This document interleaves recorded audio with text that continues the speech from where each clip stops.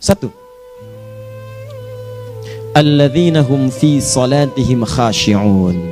Syarat pertama, kalau ingin mendapatkan surga Firdaus tadi dan kebahagiaannya diturunkan ke bumi, dibawa sampai mati, masuk ke alam kubur lebih bahagia lagi, maka amalan pertama untuk melatih menguatkan iman itu, coba berlatih untuk menunaikan sholat dengan khusyuk.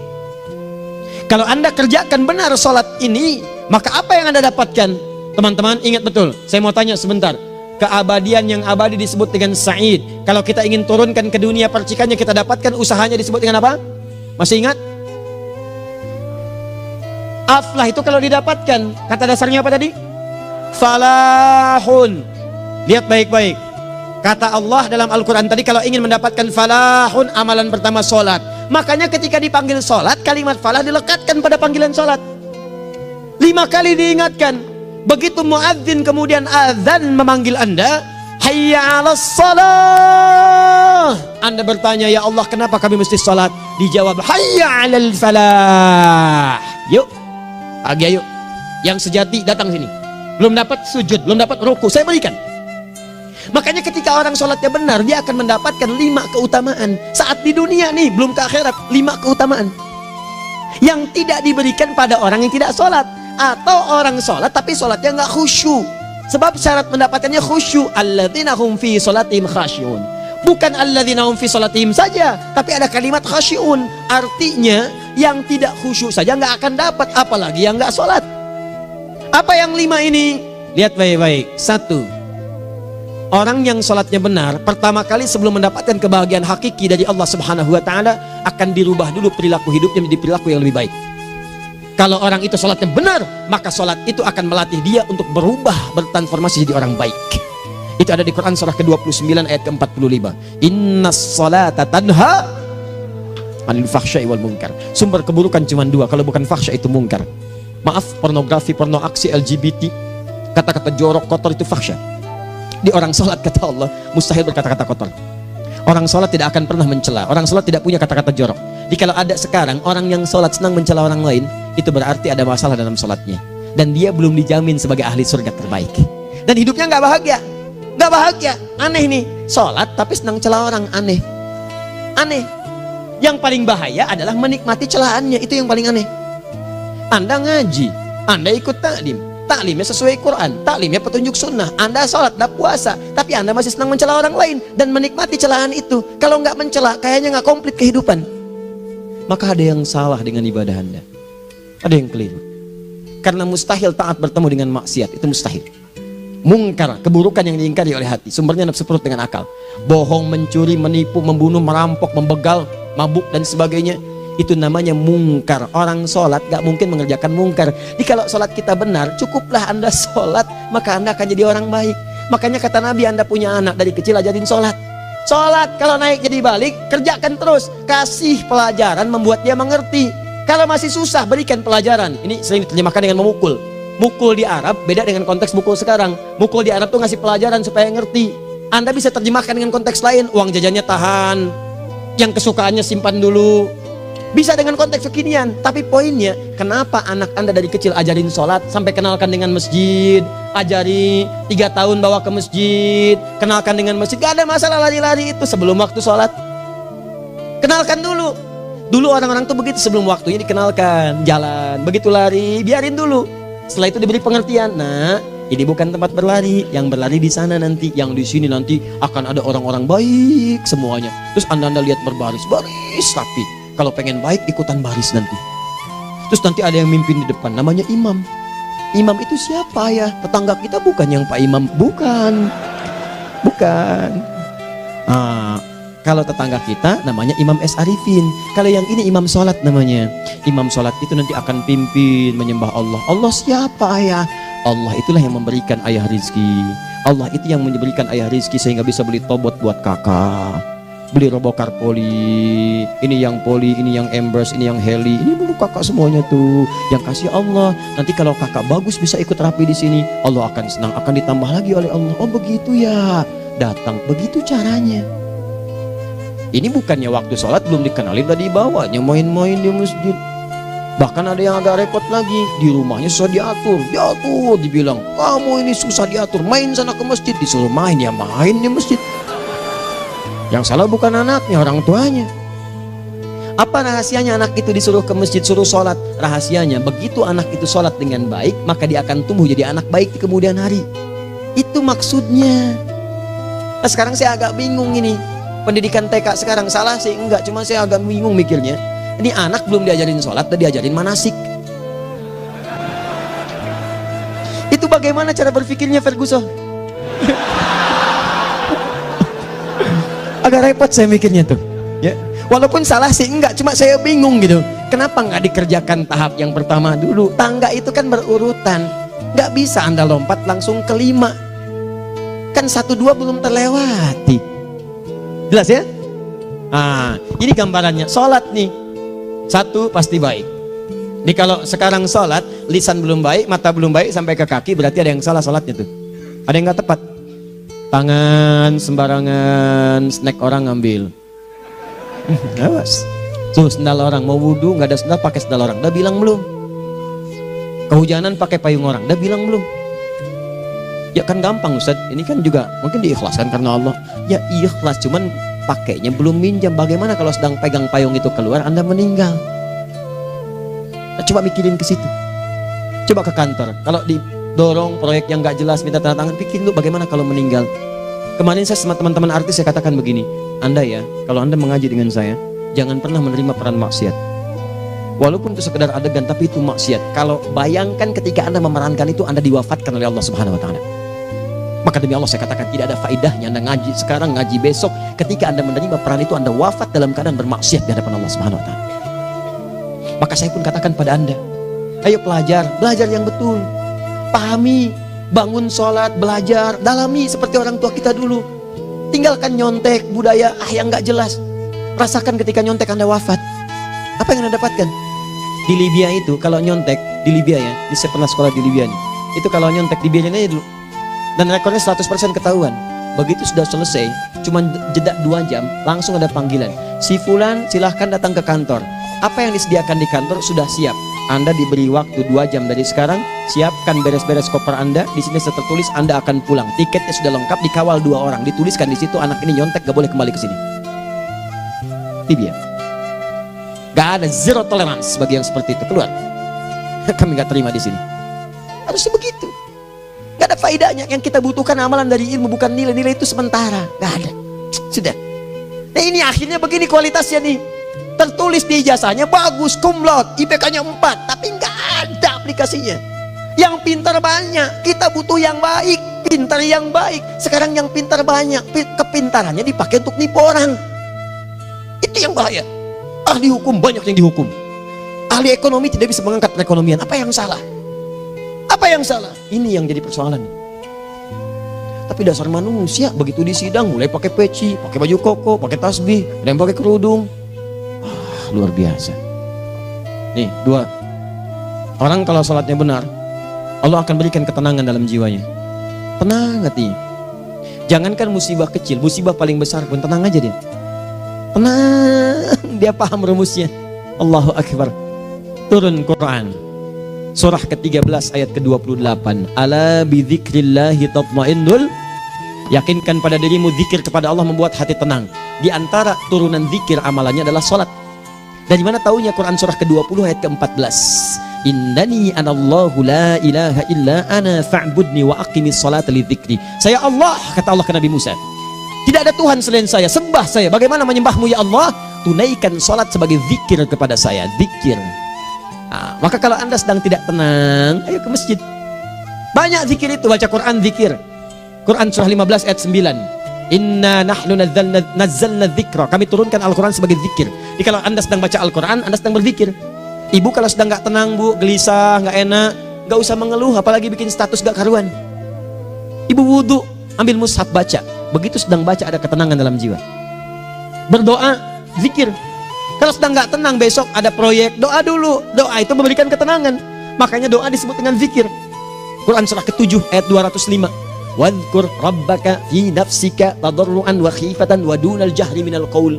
Ayo berzikir, minta kepada Allah dengan segenap jiwamu, mohon dengan penuh ketawaduan.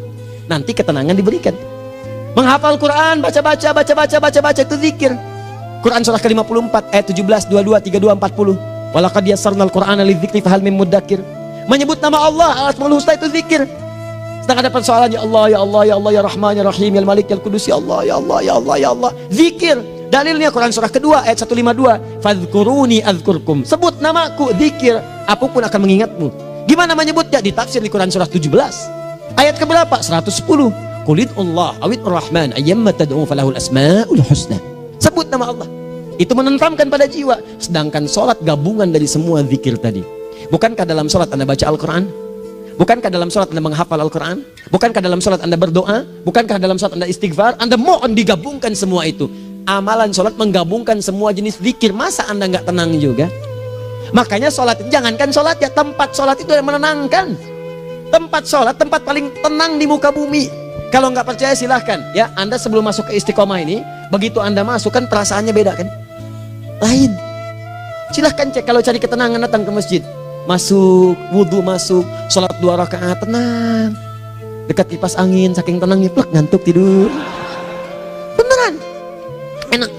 Makanya saat Ramadan kalau orang pengen cari ketenangan, lihat di perusahaan-perusahaan penuh tuh musola pada tidur. Ya, mengamalkan hadis palsu. Ya, dia musaim ibadah, tidurnya orang puasa ibadah. Hadis palsu. Nah, itu teman-teman. Itu gambarannya tiga.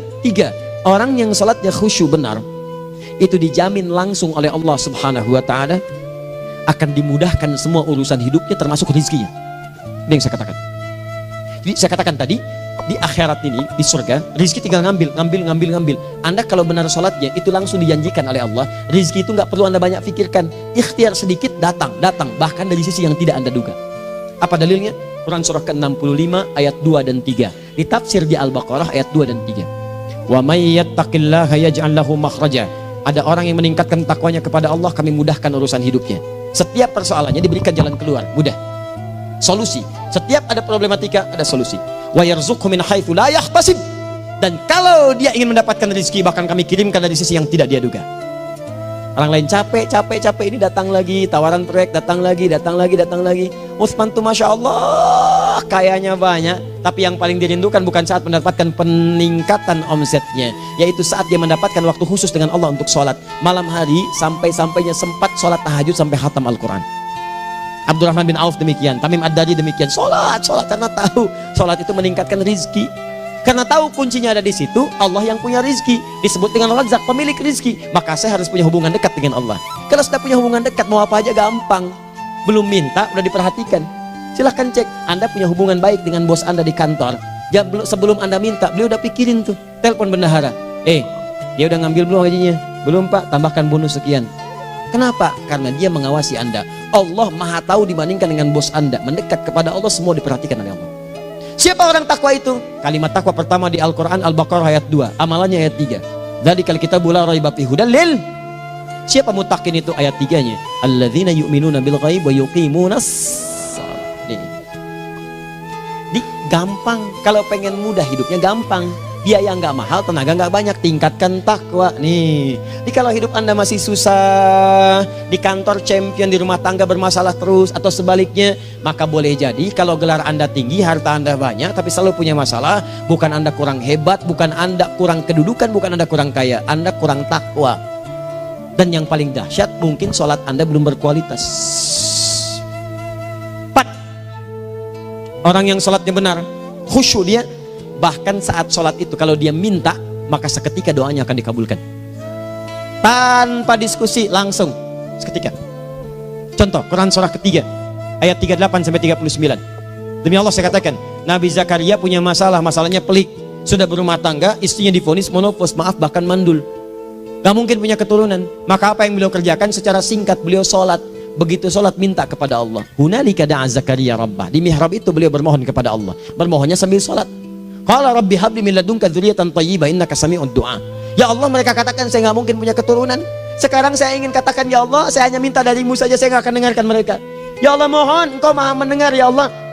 Maha mendengar doa saya. Kalau kepada yang maha mendengar aja nggak mengabulkan, kepada siapa lagi saya mesti minta? Apa yang terjadi? Fanadatul malaikatu wa huwa qa'imun yusolli fil mihrab. turun malaikat mengabarkan, sedangkan beliau masih sholat, belum selesai dalam sholatnya. Sholat khusyuk itu belum selesai sholat aja dikabulkan, doa sudah turun. Sholatnya belum selesai, doa sudah dikabulkan. Annallaha yubashshiruka bi Yahya, Allah kasih kabar gembira, doa kamu didengar, dikabulkan, kamu akan punya anak, namanya langsung dari Allah Yahya, artinya hidup yang mustahil menurut manusia. Lahir seorang dari rahim perempuan yang menepus dan mandul, bayi yang hidup, kata Allah nggak ada yang mustahil bagiku, jadi dan jadi dia. Berita baiknya, Nabi Zakaria sholat dikabulkan. Umat Nabi Muhammad sebelum sholat sudah ditunggu oleh Allah, mau minta apa aku kabulkan sekarang. Hadisnya qudsi, saya bacakan. Hadatsana qala Rasulullah sallallahu alaihi wasallam, qala Allah azza wa jalla, qasamtu shalah baini wa baina abdi. Kata Allah, saya bagi dua ya salat antara aku dengan hambaku. Wali abdi ma sa'ala. Kalau hambaku benar salatnya, aku berikan apapun yang dia minta sekarang. Idza qala al-abdu alhamdulillahi rabbil alamin. Bagian pertama, kalau hamba benar membaca Al-Fatihahnya dari alhamdulillahi rabbil alamin, kalau Allah azza wa jalla dijawab oleh Allah, hamadani abdi, hambaku sedang memujiku. Wa idza qala ar-rahmanir rahim, jika hambaku berkata ar-rahmanir rahim, qala Allah azza wa jalla asna alayya abdi, hambaku sedang menyanjungku. Wa idza qala maliki yaumiddin, qala Allah azza wa jalla majjadani abdi, kalau hambaku mengatakan maliki yaumiddin, kata Allah hambaku sedang mengagungkanku. Perhatikan sekarang. Wa idza qala al-abdu iyyaka na'budu wa iyyaka nasta'in, jika hambaku berkata sekarang, ya Allah, kami sekarang ibadah, salat menyembahmu, dan kami sekarang sedang punya masalah, kami hanya minta tolong kepadamu ya Rabb. Apa jawabannya?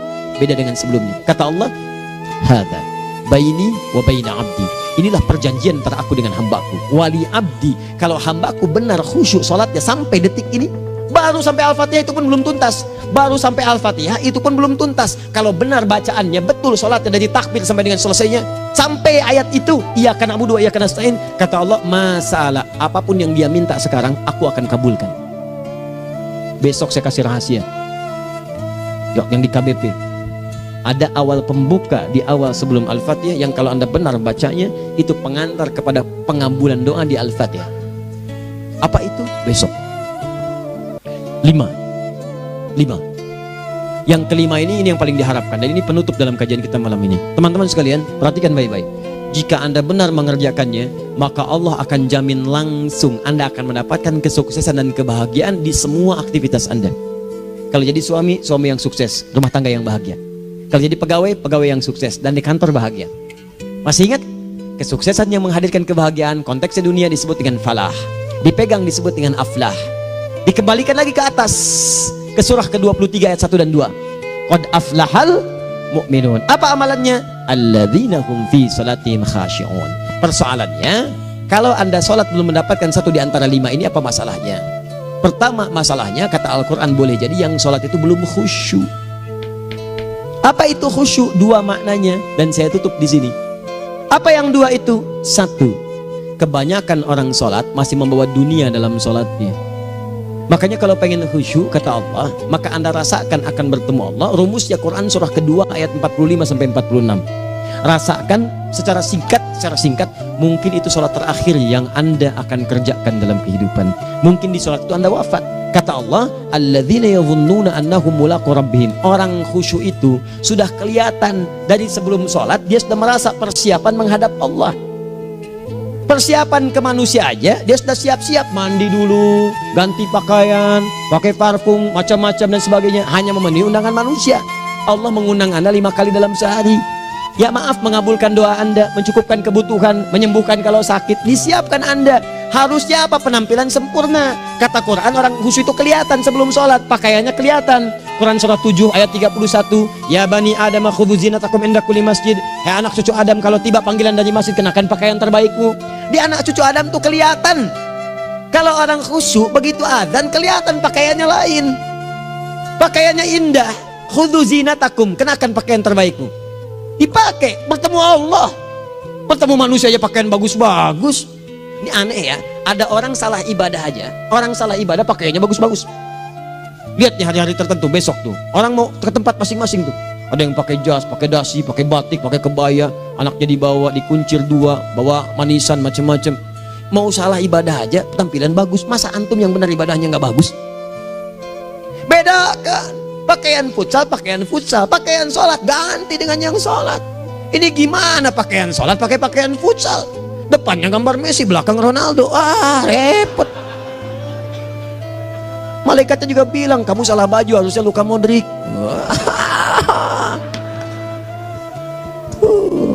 Apalah saya.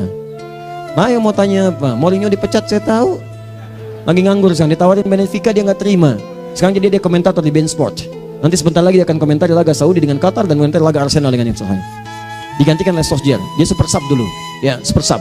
Ya, the baby assassin, ya pembunuh yang berwajah baby face. Masuknya di akhir-akhir, gol. Sekarang melatih dia 5 kali kemenangan, belum kalah sama sekali. Saya hafal itu. Tapi masih di urutan ke-6. Tapi jaraknya ke yang ke-4 itu tinggal 3 poin lagi. Hafal saya. Liverpool tahu cuma 4 poin sekarang bedanya. Kemarin 7 kalah 2-1 sama Manchester City. Walaupun banyak analisis yang menyebutkan mungkin itu diberikan saja gitu kan. Karena ada yang lain-lain. Hafal kedua Manchester City. Hafal saya.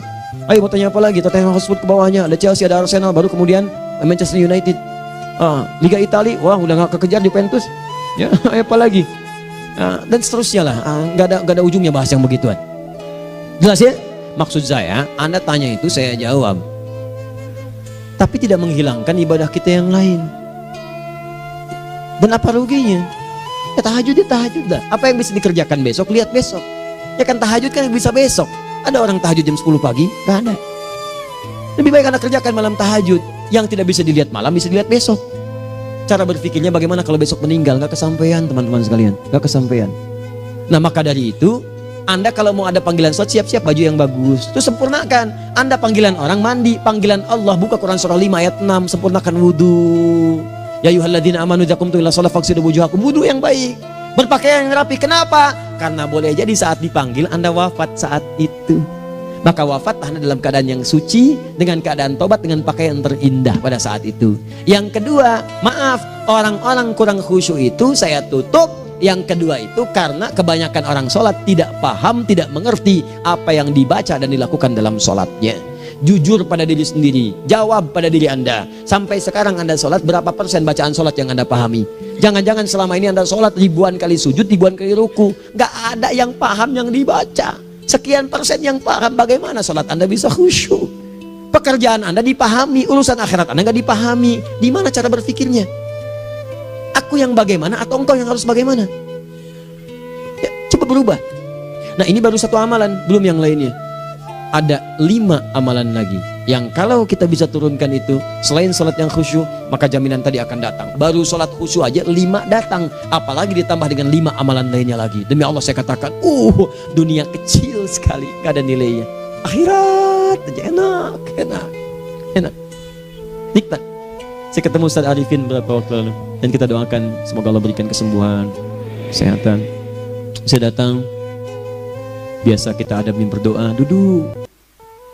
Bang istirahat, bang butuh istirahat, umat udah nunggu. Dah gak usah mikir yang lain, karena beliau cerita masjid, cerita zikro, cerita mana. Ya, insya Allah nitipin ini, nitipin itu dan seterusnya. Dan yang paling indah adalah bang kita saling panggil weekend. Nikmat, gak ada yang senikmat ini. Zikir Allah, doa. Nah bayangkan sakit tapi masih nikmat gitu. Nikmat. Iya bang, saya paham. Istirahat dulu. Banyakkan nanti orang jengkuk. Saya pamit dulu ya, supaya bisa istirahat, supaya tenang. Lama kita pegangan tangan, ngobrol, saling mendoakan. Itu nikmat. Dan cara berpikirnya kalau sudah pakai iman, semua nikmat. Ada uang nikmat, gak ada uang nikmat, sakit nikmat. Karena cara berpikirnya lain. Nanti kita bertemu lagi, saya terangkan pada Anda. Dan saya contohkan satu kisah. Bahkan ketika ada orang yang diuji Allah dengan ujian yang sangat luar biasa, yang menurut sementara orang itu ujian sangat luar biasa menggetarkan jiwanya dan susah untuk bertahan, tapi orang ini nikmat saja menjalaninya. Nikmat. Ada yang di rumah tangga, ada yang di macam-macam. Contohnya banyak. Satu contoh saya berikan di malam ini. Sekali suami istri, wah luar biasa. Istrinya itu cerewetnya Pak, bukan cuma cerewet, ngeselin bagi suaminya. Maaf Bu ya, bukan ibu maksudnya. Jadi semua yang dikerjakan suami salah. Pengen mangga, ayah kalau kita sekarang dibeli mangga, kenapa mangga yang ini? Saya pengennya mangga yang lain. Belikan mangga, kenapa beli mangga aja? Jeruknya mana? Jeruk, semua. Pokoknya semua yang kerjakan suami salah. Tapi suami tidak pernah mengeluh. Ini kerjakan, itu kerjakan. Satu kali, perhatikan cara memandangnya. Ketika iman sudah masuk ke dalam jiwa, kata temannya, akhi, istri kamu ini begini, nyusahin kamu. Kenapa kamu gak cari yang lain? Kan gampang, ada syariat. Udah pisahin aja, cari yang lain. Kamu tenang ibadah. Apa jawabannya? Hey, Allah sudah turunkan surga ke saya lewat dia. Kenapa kamu meminta saya untuk menjauhinya dan meninggalkan surga saya? Ini cara melihat dia. Bukankah ketika ada berbagai keluhan saya sabar? Bukankah sabar mendekatkan saya ke surga? Allah kirimkan tipikal istri seperti ini supaya mendekatkan saya ke surga. Dengan itu kan saya banyak pahala. Saya sabar, pahala banyak. Sudah Allah berikan pahala kepada saya. Kamu malah nyuruh saya untuk berpisah dengan pahala itu. Perhatikan cara berpikirnya. Indah. Kalau rumah tangga seperti ini semuanya enak gitu. Suaminya biasa-biasa, istrinya cantik luar biasa. Begitu berdandan kelihatan, kata suaminya, Masya Allah, wajahnya tak berpaling, mata tak berkedip. Kata istrinya, ya zauji madhabik, sayang kamu kenapa? Wallahi syakiran lillah bihadari, demi Allah aku bersyukur mendapatkan istri secantik kamu. Kata istrinya, nahnu fil jannah zauji, kita berdua di surga. Kata suaminya, kok bisa begitu jawabanmu? Iya, kamu bersyukur dengan keadaanku, aku bersabar dengan keadaanmu. Catat. Bukankah orang syukur dan sabar di surga? Tuh lihat, canda-canda orang-orang soleh itu begitu. Nikmat ketawa walaupun nyelekit di hati. Cuman bawaannya enak gitu. Nah, nanti itu ada tuh, nanti saya turunin tuh. Yang di rumah tangga, yang ini, yang itu nanti. Kapan? Pertemuan berikutnya. Jadi kita cukupkan dulu di malam ini apa yang kita pelajari, supaya nanti nggak terlampau banyak kita dapat materi, cuma sayang sedikit mengamalkan. Saya sudah tuangkan di sini, banyak saya tuliskan termasuk di keluarga, di macam-macam. Ini saya tulis tapi silahkan Anda baca, kalau ada manfaat silahkan dapatkan, kalau ada yang kurang silahkan sampaikan untuk dikoreksi. Semoga Allah muliakan kita semua insya Allah. Sekali lagi, perbaiki hidup, jangan banyak mainnya, dan sudah jangan banyak membuang dengan yang sia-sia apapun yang dihadapi. Sekali lagi, tolong jaga kondusivitas, bantu negara.